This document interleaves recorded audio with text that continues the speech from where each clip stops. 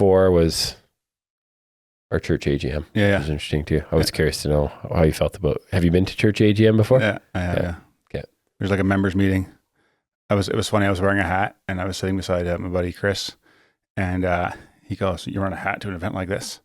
And I'm like, I told him, I was like, "What do you mean? Like, why are the women here?" Because growing up, of course, it was men only allowed at the members meetings. Oh, and he grew up in the same type of circles as me. Yeah. But I thought what was more interesting was the sermon on Sunday. So our go to the same church for anyone who's listening, where we're doing leading up to Lent. We're doing a sermon series leading up to Lent, just like they do usually a series leading up to Christmas. Lent being like Easter and Good Friday. And so you had a note in here. On the podcast notes, I'll just read what you wrote here. Seeing as we're supposed to be practicing a Lent, I thought we could cut the podcast very short and hopefully make it humble. What the heck does that mean? Neither you or I are humble, so we'll see how that goes.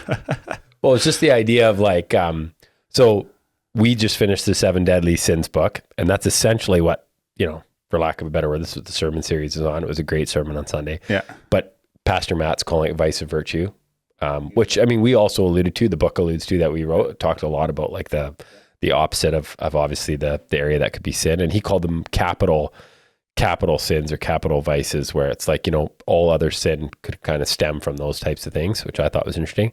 But basically this week was Pride, which is the first chapter of the book that we had read a couple months ago.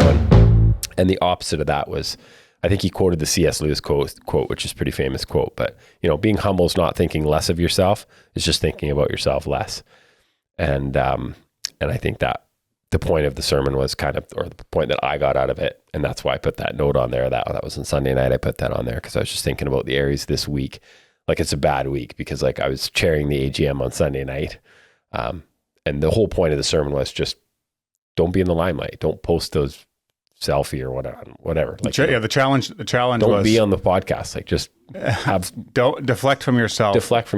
Give God the glory. Give God glory, totally. or other people, and just be humble, right? So, and not false humility. Anyway, it's a great sermon. I mean, there's a lot of people that would do well to listen to that. I think it was a good word. Yeah, I agree.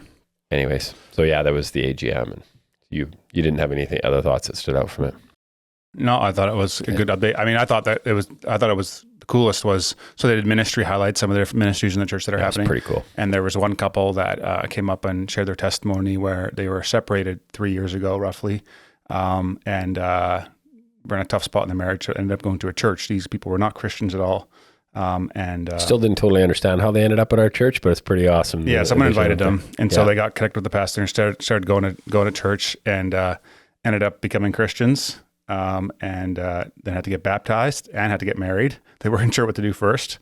Ended up getting baptized, and 3 weeks later they got married, and now they're teaching their kids about Jesus and the gospel.